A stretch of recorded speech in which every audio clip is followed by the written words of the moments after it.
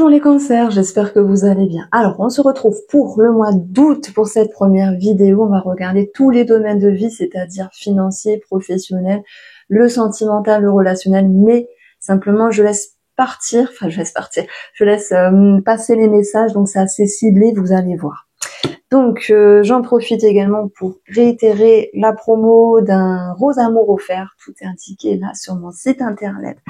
J'espère que vous allez bien et puis on commence face caméra avec l'oracle de la triade.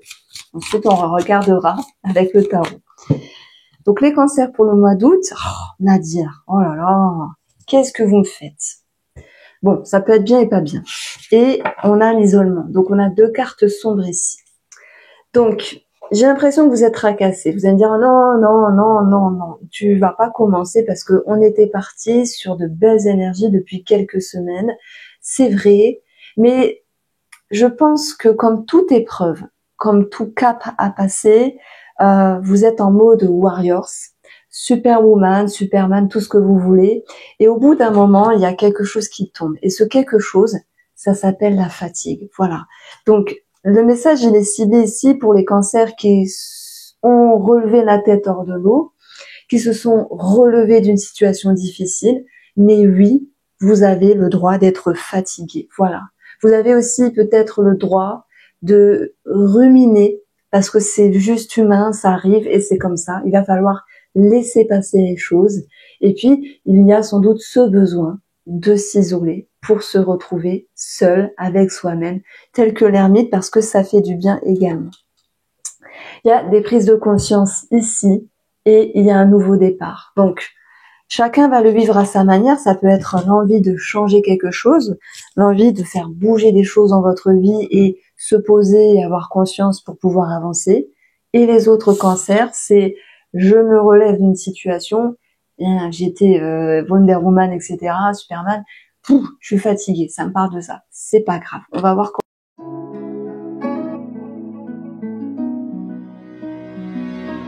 Alors, les cartes sont posées, j'ai plein de choses à dire. Bon, déjà, ce qui me fait sourire, c'est d'avoir cette carte-là, rien ne vaut un chez soi. Vous savez, on a eu une Nadir et l'isolement, des fois, on a besoin de se retrouver. C'est le message qui ressort ici. Parfois, on a besoin de se retrouver pour mettre les idées au clair. Et parfois, on a besoin de s'isoler pour s'éloigner de certaines personnes. Est-ce que ça vous parle pour l'instant, les cancers? Donc, j'aime bien ce jeu, moi. Donc ici, on va commencer par le domaine financier. Donc nous avons l'équilibre, qui est là. Peut-être un choix à faire d'ordre financier. Ça peut être en lien avec une transaction ici, mais aussi une somme d'argent par rapport à un départ peut-être d'un travail ou un départ d'ordre sentimental. Donc ça me parle bien sûr de divorce. Pour ceux qui sont dans cette lecture. Donc, si je prends ici le poisson qui va nous parler d'argent simplement, d'argent, est-ce que j'achète pas, est-ce que je dépense ou pas, est-ce que je fais ci ou est-ce que je fais là. Et donc le jugement, lui, il est dans le défi. Il y a cette notion d'avoir du mal à savoir quoi faire sur le plan financier ou par rapport à des investissements à un moment donné. Et on voit que la grande prêtresse, là, justement, dans le bilan, elle se dit, j'ai besoin de temps pour réfléchir, mais elle va aussi nous parler, elle va nous parler de documents et d'études.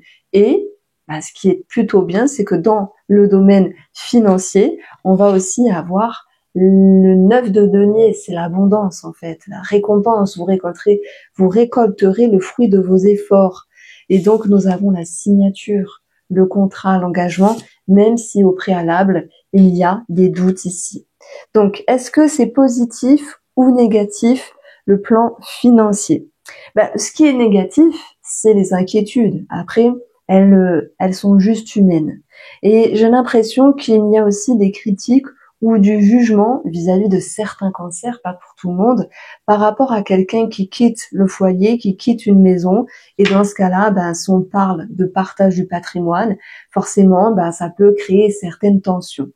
Et c'est comme si vous, les cancers, vous ne voulez pas de conflit d'animosité ni de jugement, mais vous ne pourrez pas empêcher, si vous vous sentez concerné par cette situation-là, la personne en question de critiquer ou de mettre son grain de sel. Je prends l'exemple sur une situation qui me parle ici, c'est il y a des documents de signer par rapport à un divorce, puisqu'on a aussi s'affranchir, partir d'une situation dans un premier temps, et qui dit divorce, dit partage du patrimoine, oui mais moi j'ai fait ça, j'ai fait les travaux, toi t'as pas payé ça, etc. Vous le savez, hein, vous savez de quoi je parle, on est d'accord. Pour ceux qui ne se sentent pas concernés par cette situation-là, transaction, anneau peut nous parler ici d'un achat immobilier, et le jugement, c'est, je ne vais pas parler de critique et de jugement ici, mais plutôt cette notion de se positionner en fait. C'est ça. Je me suis régalée dans ma formation du tarot avec cette carte-là notamment, parce que le jugement c'est quoi? C'est les trompettes qui descendent du ciel, c'est on annonce quelque chose. Il y a peut-être du mal à annoncer quelque chose à un moment donné dans votre propre vie les cancers, peut-être aussi vous montrer tel que vous êtes, j'en parlerai après, mais ça va être aussi sur le plan financier, je prends la décision, je me positionne. Et la grande prêtresse, on l'aime bien, mais des fois on a envie de la remuer, lui dire allez secoue-toi le pépette parce que au bout d'un moment il va falloir te décider et dire si t'es ok ou pas, signer, t'engager ou valider, je sais pas moi, ce document par exemple. Donc effectivement, il y a une forme d'introspection et on voit très bien, hein, avec le 7 de coupe, je suis perdue, je me pose des questions. Je ne sais pas où aller, mais c'est pas grave, c'est juste humain. Donc en fait, Nadir, cette notion de se dire mince, c'est le brouhaha, c'est le noir, je n'y vois pas clair. Ben oui, ben c'est une étape à passer. On vous demande de réfléchir ici et vous trouverez votre réponse et vous allez pouvoir agir de la meilleure manière. On a eu 2 cartes d'hommes ici qui sont ressorties. Donc vous allez être dans l'action et l'anneau, le contrat, la signature, l'engagement, il nous parle également d'action. Donc je dirais que sur le plan financier ça bouge, mais oui, vous devez prendre une décision. Autre situation financière qui ressort ici, c'est par rapport à un travail indépendant. Est-ce que je me lance? Est-ce que je me lance pas? Oui, mais il y a des frais, machin, la TVA. Bah ouais, c'est normal, hein. C'est pas gratuit. La TVA ou les cotisations, etc., etc. Vous voyez, c'est l'idée d'un petit peu peser le pour et le contre.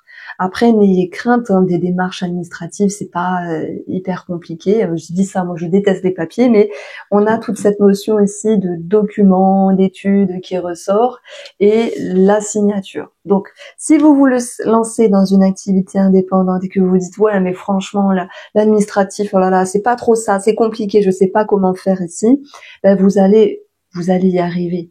Oui, vous vous posez, vous tâtez le terrain on va dire, mais vous allez y arriver ici.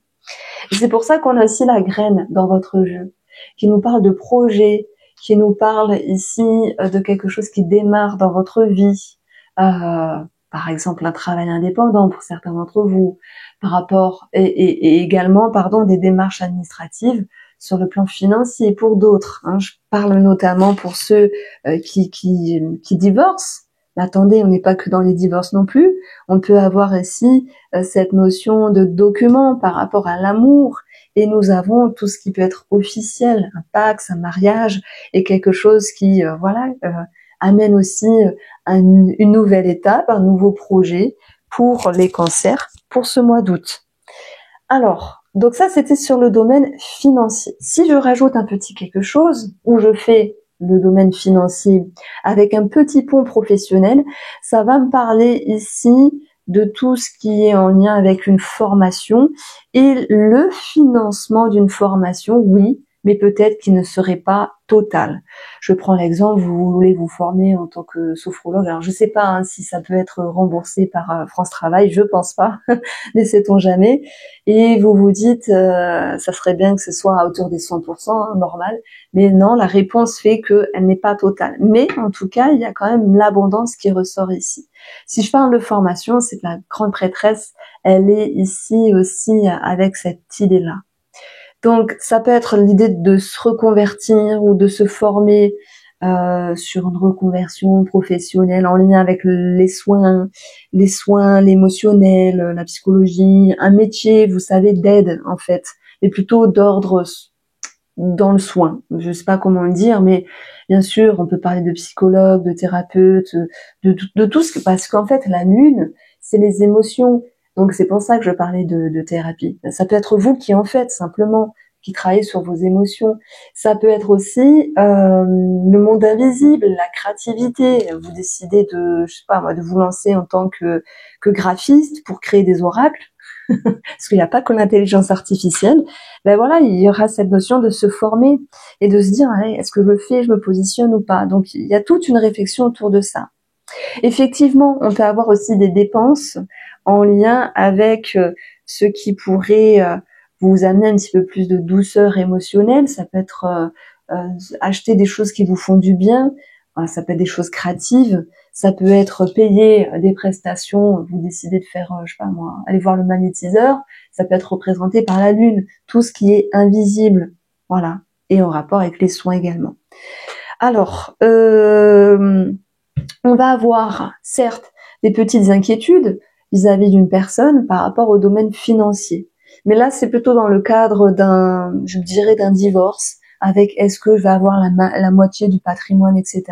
On nous dit oui, il y a le 6 de denier, et rien de mieux que cette carte pour amener un équilibre et une harmonie. Après, j'ai l'impression qu'il y a un manque de légitimité.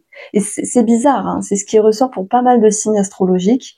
Peut-être que Mercure rétrograde juste avant, en juillet, a amené cette notion de réflexion tout autre. Alors en août, je pense qu'il sera plus rétrograde, hein.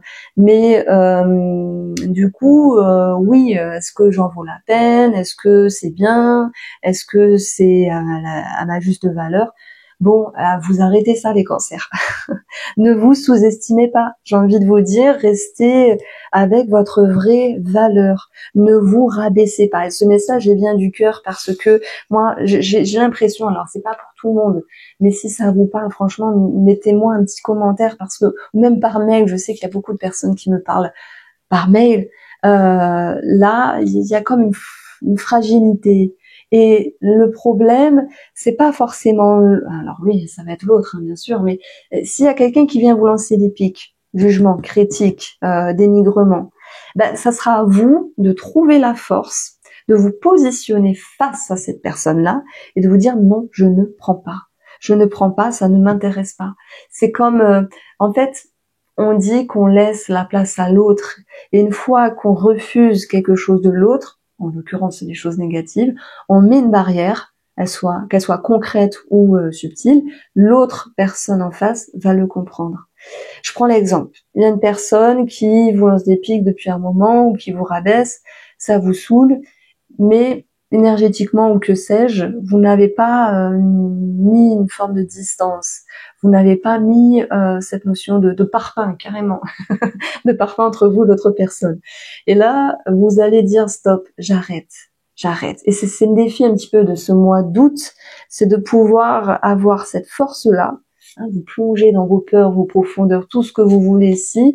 La foudre, c'est bim, je m'impose, je mets une dispute, je crie un bon coup et je repars ailleurs autrement. Donc ne laissez pas vous marcher sur les pieds les cancers, je vous en supplie, parce qu'il y a des gens qui sont un petit peu bêtes et qui pourraient en profiter. Mais je suis sûre que vous allez avoir la force de mettre une barrière. Voilà, vous décidez quelque chose, peut-être en partant, en s'affranchir aussi, c'est...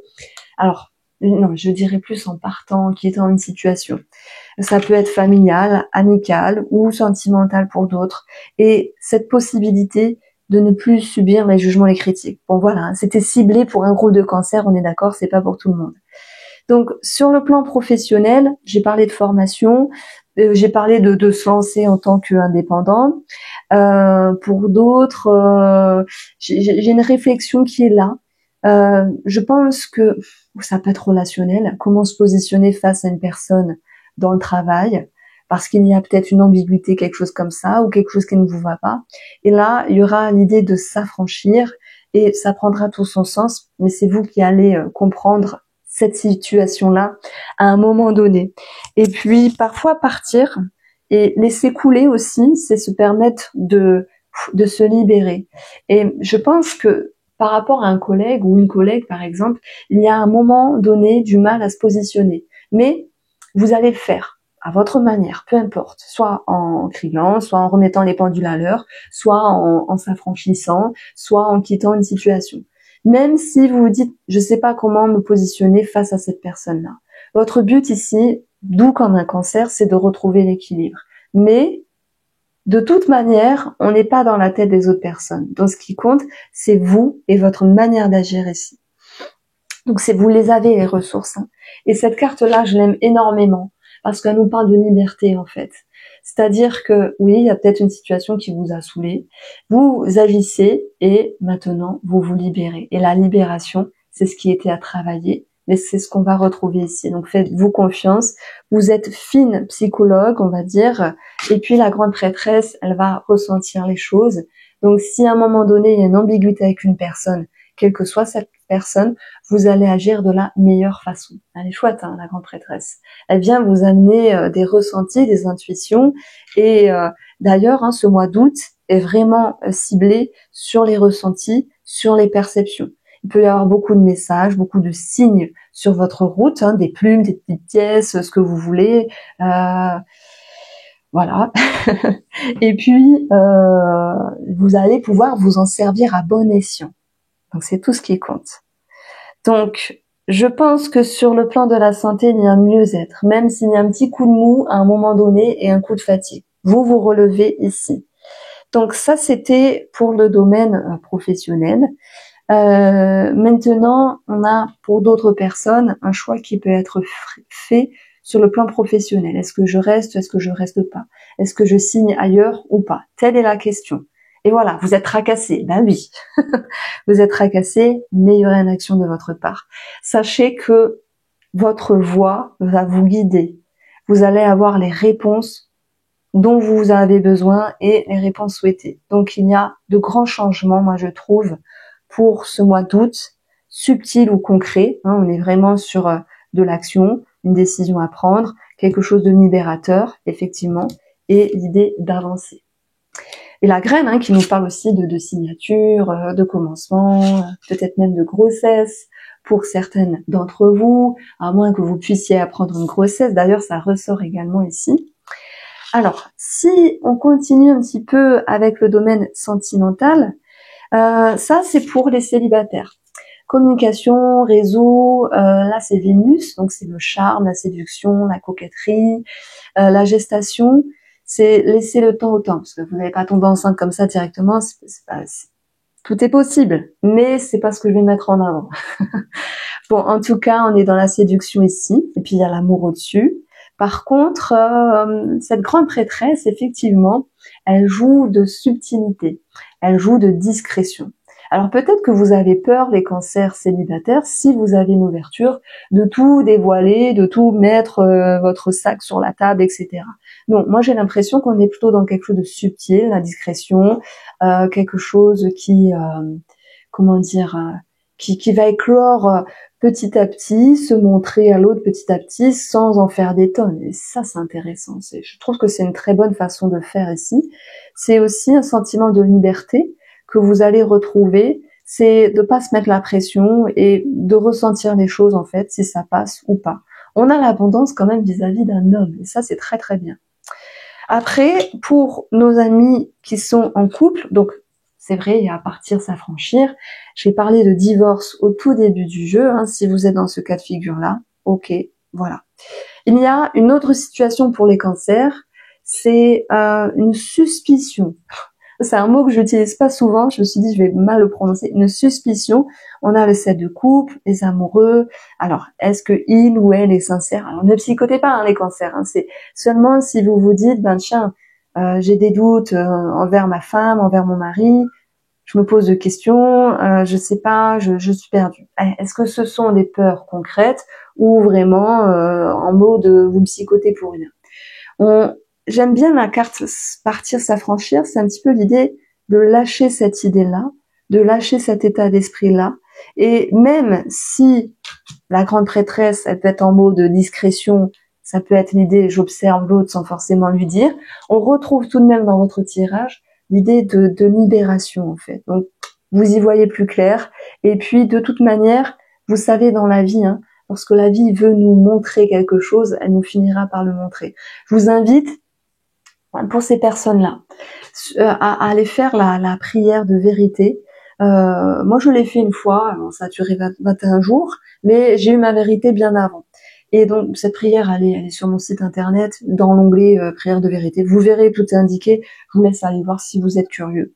Mais c'est un truc qui sert bien quand on veut avoir la vérité vis-à-vis d'une situation ou d'une personne.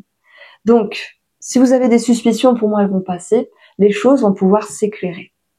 Donc, maintenant, pour les cancers qui sont en couple et que les choses fonctionnent correctement, j'ai l'impression qu'il y a ici un projet qui peut être lancé tout en se laissant le temps.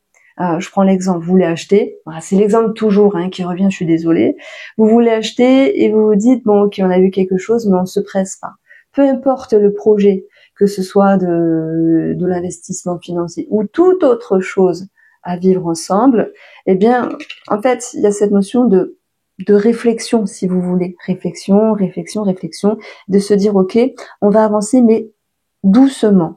D'ailleurs, malgré tout, la gestation est quand même dans le domaine sentimental, on prend le temps d'avancer.